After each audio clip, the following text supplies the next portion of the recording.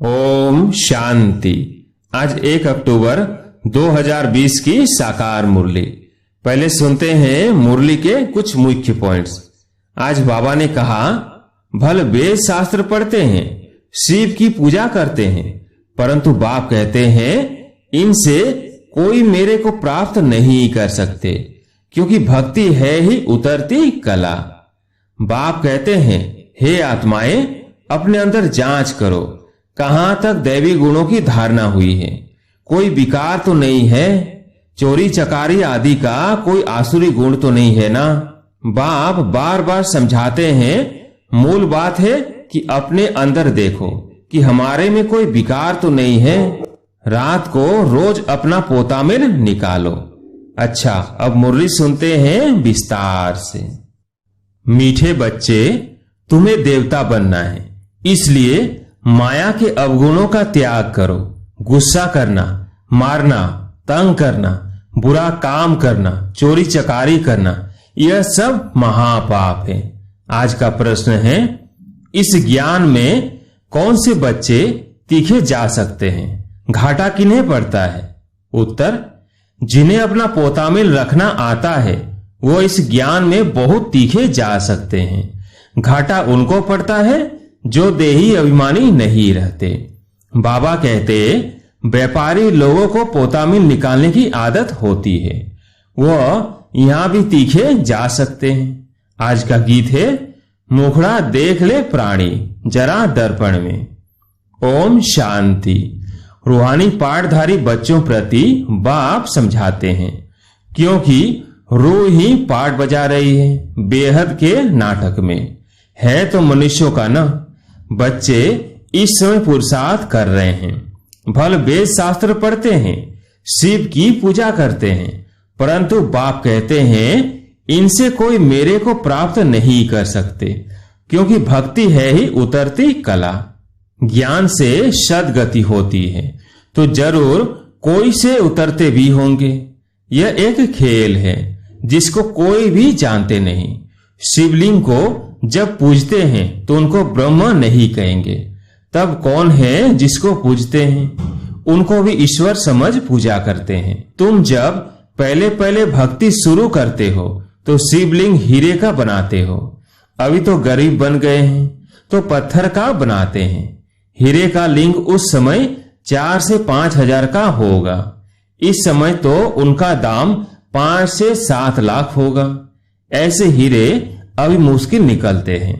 पत्थर बुद्धि बन गए हैं तो पूजा भी पत्थर की करते हैं, ज्ञान बिगर। जब ज्ञान है तो तुम पूजा नहीं करते हो। चैतन्य सम्मुख में है, उनको ही तुम याद करते हो। जानते हो या से विकर्म विनाश होंगे। गीत में भी कहते हैं, हे बच्चों। प्राणी कहा जाता है आत्मा को। प्राण निकल गया फिर जैसे मुर्दा है, आत्मा निकल जाती है। आत्मा है अविनाशी। आत्मा जब शरीर में प्रवेश करती है तब चैतन्य है। बाप कहते हैं, हे आत्माएं, अपने अंदर जांच करो, कहां तक दैवी गुणों की धारणा हुई है। कोई विकार तो नहीं है, चोरी चकारी आदि का कोई आसुरी गुण तो नहीं है ना। आसुरी कर्तव्य करने से फिर गिर पड़ेंगे, इतना दर्जा नहीं पा सकेंगे। खराब आदत को मिटाना जरूर है। देवता कभी कोई पर गुस्सा नहीं करते। यहाँ असुरों द्वारा कितनी मारे खाते हैं, क्योंकि तुम दैवी संप्रदाय बनते हो तो माया कितना दुश्मन बन पड़ती है। माया के अवगुण काम करते हैं। मारना, तंग करना, बुरा काम करना, यह सब पाप है। तुम बच्चों को तो बहुत शुद्ध रहना चाहिए। चोरी चकारी आदि करना तो महान पाप है। बाप से तुम प्रतिज्ञा करते आए हो, बाबा मेरा तो आप एक, दूसरा न कोई। हम आपको ही याद करेंगे।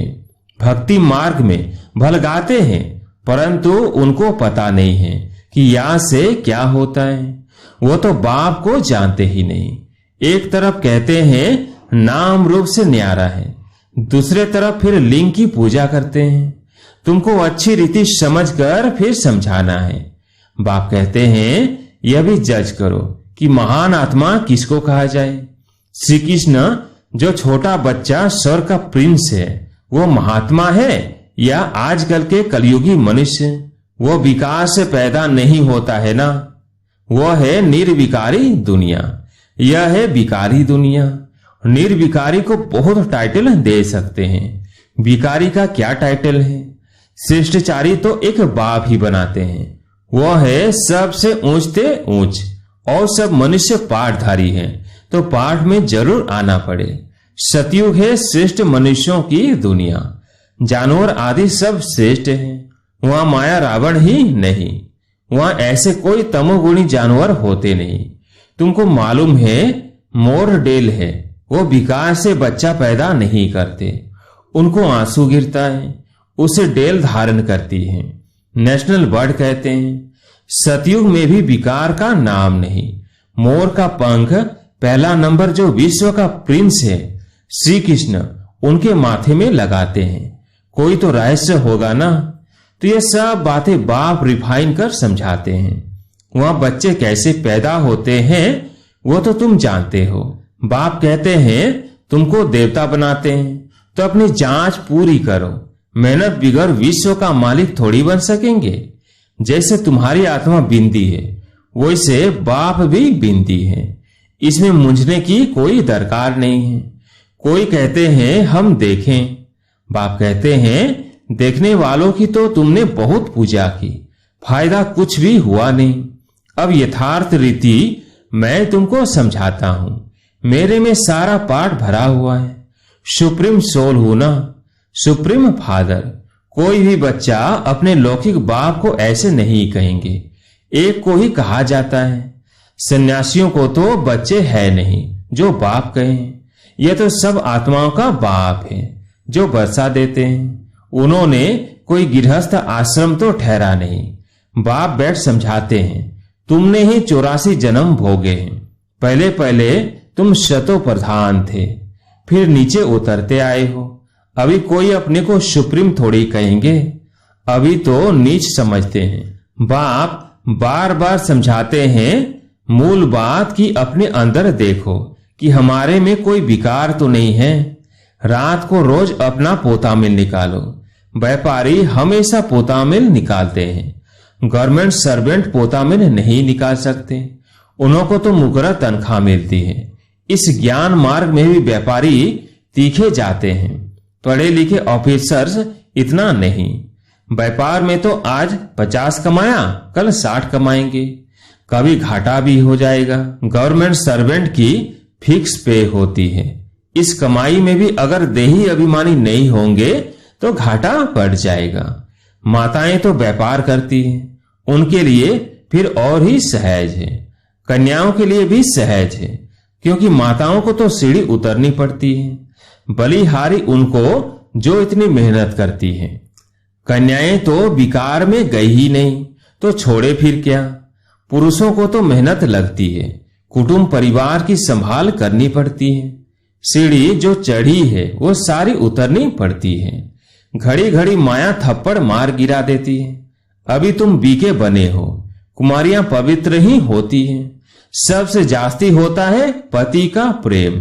तुम्हें तो पतियों का पति अर्थात परमात्मा को याद करना है और सबको भूल जाना है। माँ बाप का बच्चों में मोह होता है।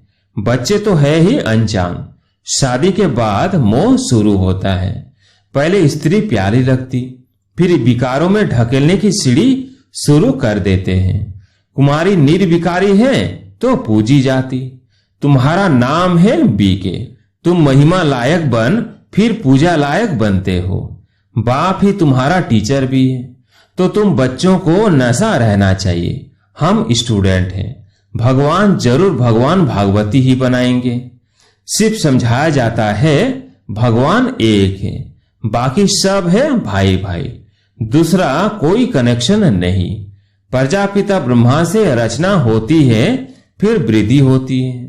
आत्माओं की वृद्धि नहीं कहेंगे, वृद्धि मनुष्यों की होती है। आत्माओं का तो लिमिट नंबर है, बहुत आते रहते हैं। जब तक वहां है आते रहेंगे, झाड़ बढ़ता रहेगा। ऐसे नहीं कि सूख जाएगा। इनकी भेंट ब्रेन ट्री से की जाती है, फाउंडेशन है नहीं, बाकी सारा झाड़ खड़ा है। तुम्हारा भी ऐसे है, फाउंडेशन है नहीं, कुछ न कुछ निशानी है।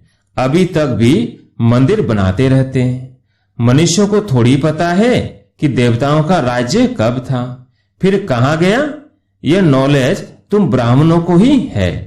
मनुष्यों को यह मालूम नहीं कि परमात्मा का स्वरूप बिंदी है।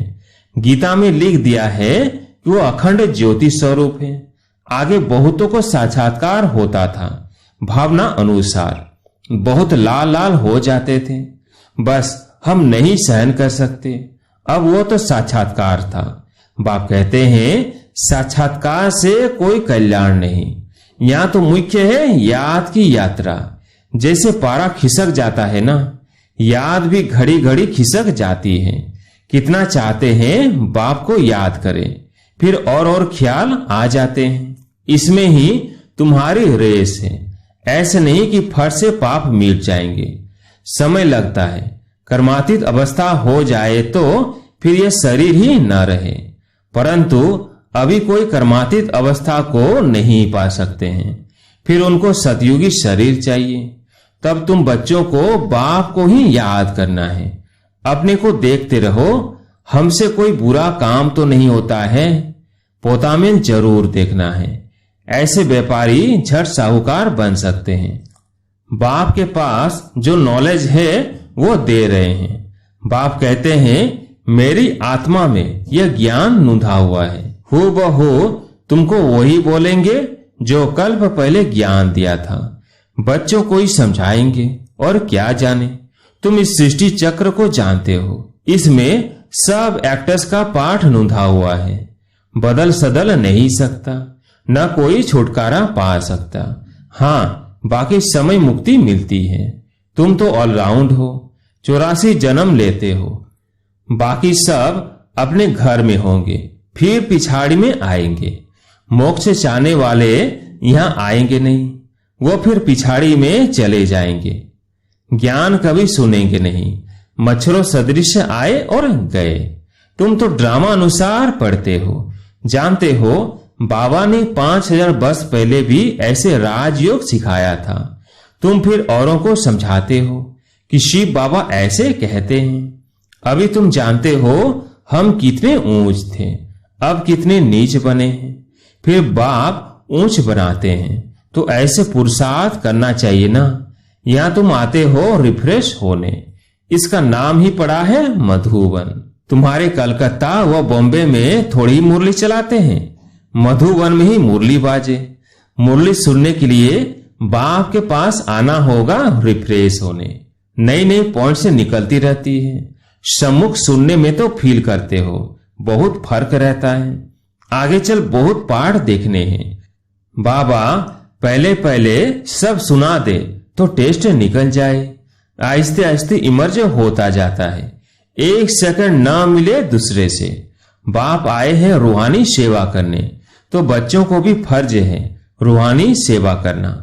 कम से कम यह तो बताओ, बाप को याद करो और पवित्र बनो। पवित्रता में ही फेल होते हैं, क्योंकि याद नहीं करते हैं। तुम बच्चों को बहुत खुशी होनी चाहिए। हम बेहद के बाप के सम्मुख बैठे हैं, जिसको कोई भी जानते नहीं। ज्ञान का सागर वो शिव बाबा ही हैं।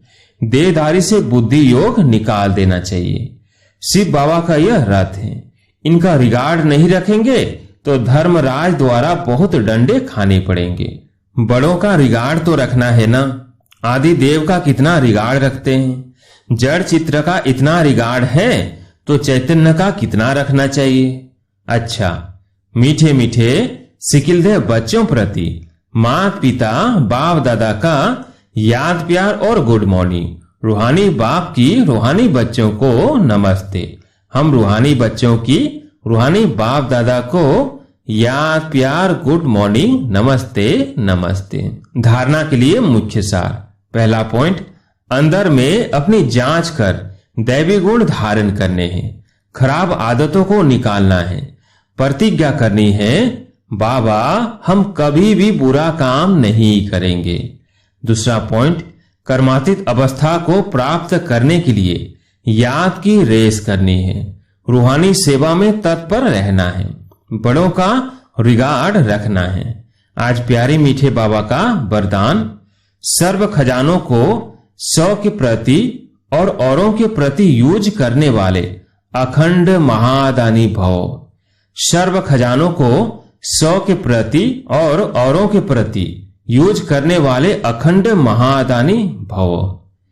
जैसे बाप का भंडारा सदा चलता रहता है, रोज देते हैं, ऐसे आपका भी अखंड लंगर चलता रहे, क्योंकि आपके पास ज्ञान है, शक्तियों का, खुशियों का भरपूर भंडारा है। इसे साथ में रखने व यूज करने में कोई भी खतरा नहीं है। यह भंडारा खुला होगा तो चोर नहीं आएगा, बंद रखेंगे तो चोर आ जाएंगे।